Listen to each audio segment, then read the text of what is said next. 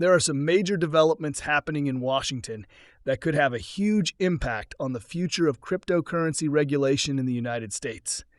And today, we're going to cover everything you need to know. We're going to discuss the latest comments from Senate leadership regarding the Clarity Act, analyze why I believe the recent market sell-off was driven more by fear than fundamentals, look at the growing probability of crypto legislation finally moving forward, and toward the end of this video, we're also going to dive into a fascinating connection between Ripple, Cross River Bank, and X-Money that could reveal how XRP eventually reaches mainstream financial adoption. There's a lot to cover today, so make sure you stay with me until the end, because the final topic may be one of the most important long-term developments we've discussed in quite some time.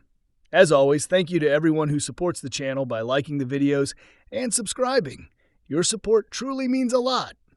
Now, let's jump right into today's update. Hey guys, welcome back to Whiteboard Crypto Update. In today's video, we will talk about XRP. So be sure to stay focused, as you surely don't want to miss out on this. If you are new to the channel, be sure to subscribe to the channel and turn on post notifications by hitting the bell so you never miss any of our uploads. This video is for educational purposes only. It is not financial advice. Always do your own research before making any investment decisions. Before discussing the Clarity Act, I first want to talk about today's market action, because in my opinion, what happened looks far more like fear-driven manipulation than a legitimate change in economic expectations. Earlier today, headlines started circulating after Citadel suggested that the Federal Reserve could surprise markets with another interest rate hike. Almost immediately after those reports appeared, we saw investors begin selling risk assets, including cryptocurrencies.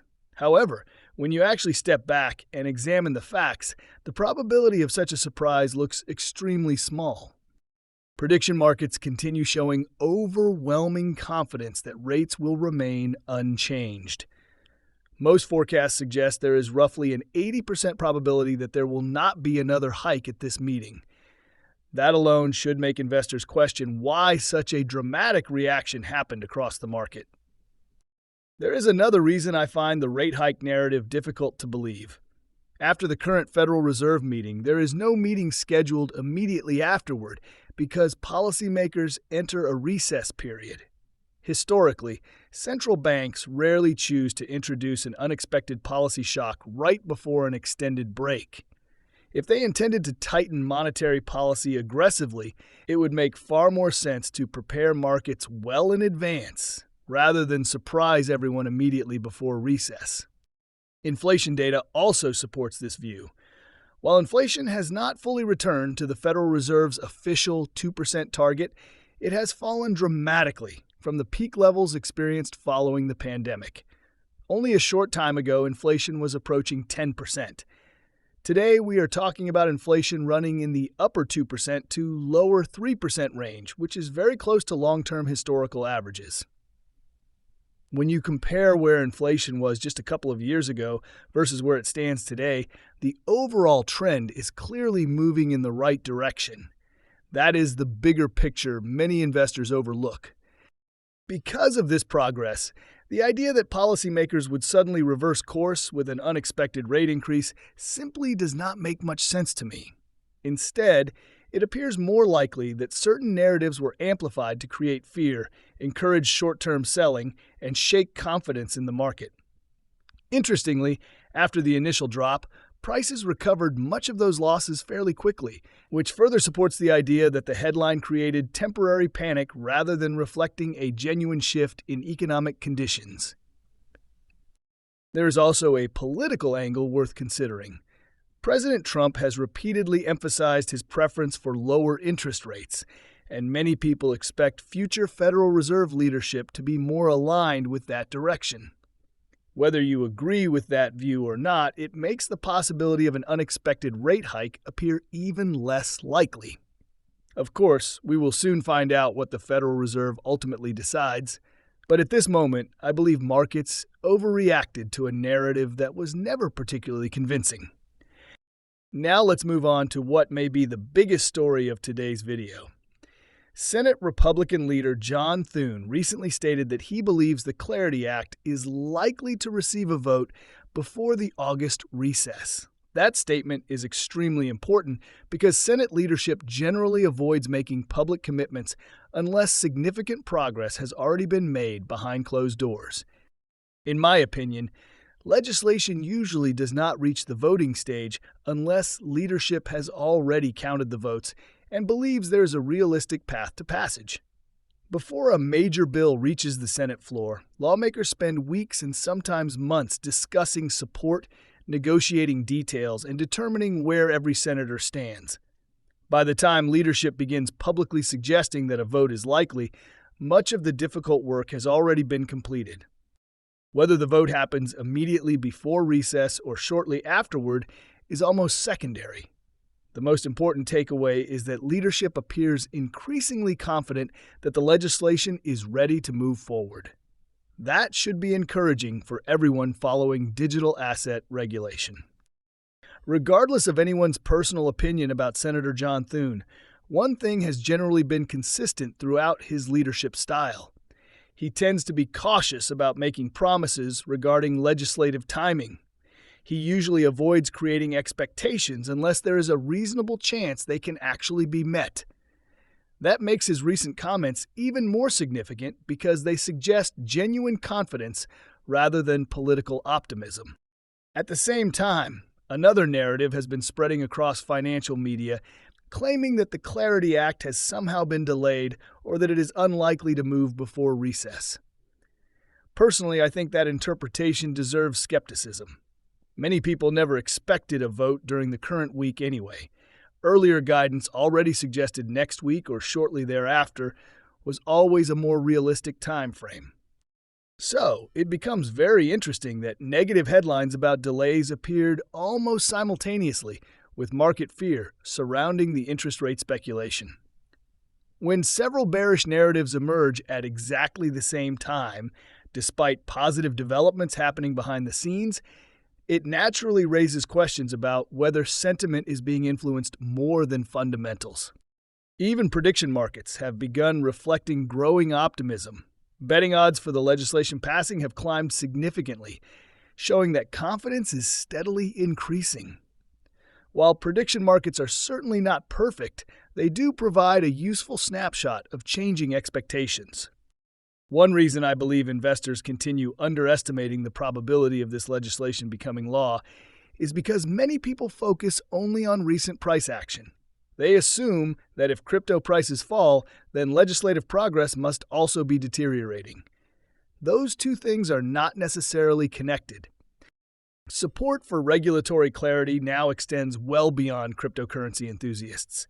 Senior officials across multiple regulatory agencies have publicly discussed the need for clearer digital asset rules. Leadership from the CFTC, the SEC, the Office of the Comptroller of the Currency, the Treasury Department, and several of the country's largest financial institutions have all expressed support for developing a comprehensive regulatory framework. Major financial companies including Charles Schwab, Fidelity, and numerous other industry participants have increasingly acknowledged that regulatory certainty is necessary before broader institutional adoption can fully accelerate. This is no longer simply a conversation taking place among crypto investors. It has become an issue receiving attention from some of the largest players in global finance. Because of that, I find it difficult to believe lawmakers would invest this much time, political capital, and negotiation only to abandon the effort at the final stage.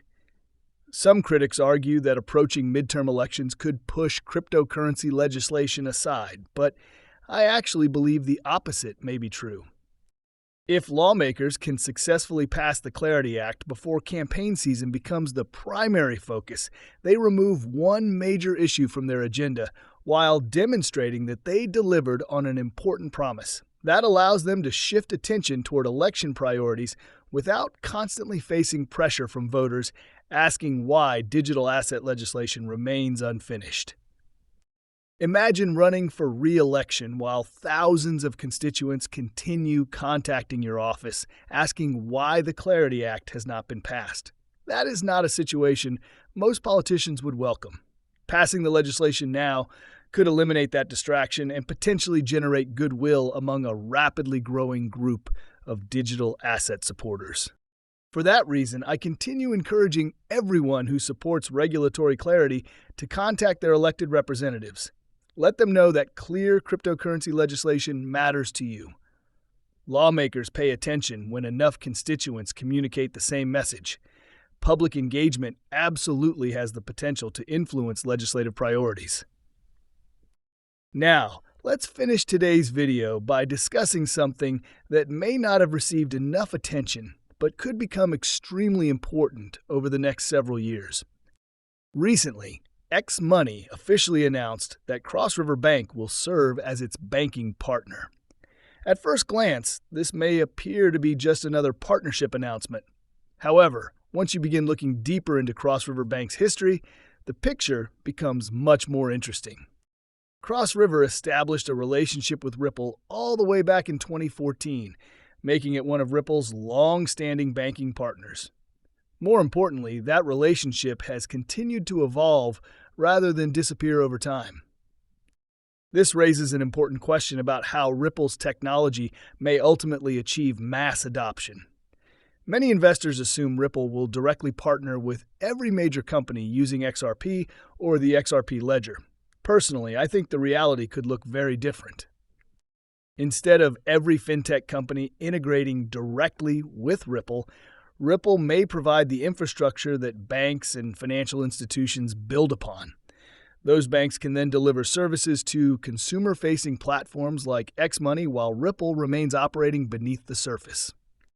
Think of Ripple as creating the settlement infrastructure rather than the customer-facing application.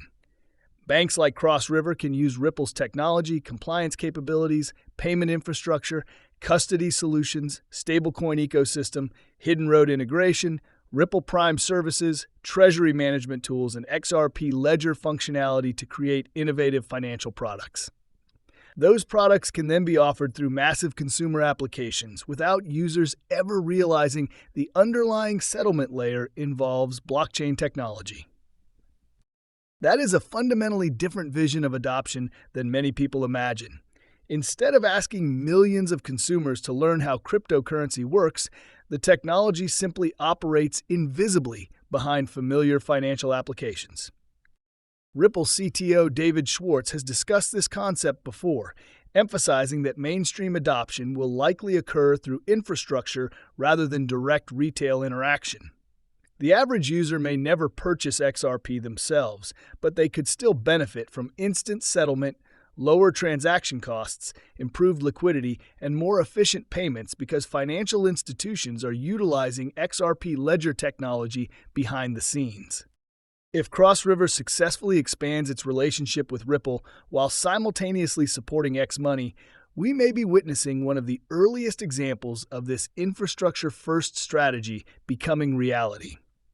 Ripple provides the banking technology, Cross River delivers regulated financial services, and consumer platforms bring those capabilities to millions of everyday users. In that model, Ripple does not need to compete directly for retail customers. Instead, it powers the financial infrastructure underneath the applications people already use every single day. That approach could ultimately connect the XRP ledger to an enormous global user base without requiring individuals to even realize blockchain technology is processing their transactions. Whether this specific partnership develops exactly that way remains to be seen, but the overall direction certainly appears promising. If this model continues expanding, it could become one of the most important pathways toward true institutional and mainstream adoption of XRP technology. That wraps up today's update.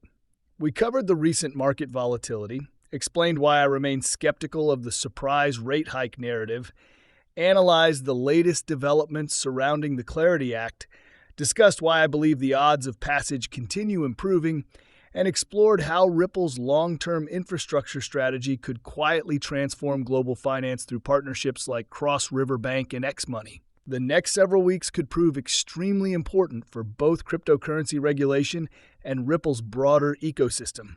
So make sure you stay informed because there will likely be many more developments ahead. Thanks again for watching, and I'll see you in the next update. Well, guys, that's all we have for you today. What are your thoughts on XRP? Get involved and let us know in the comments down below. Thank you for watching.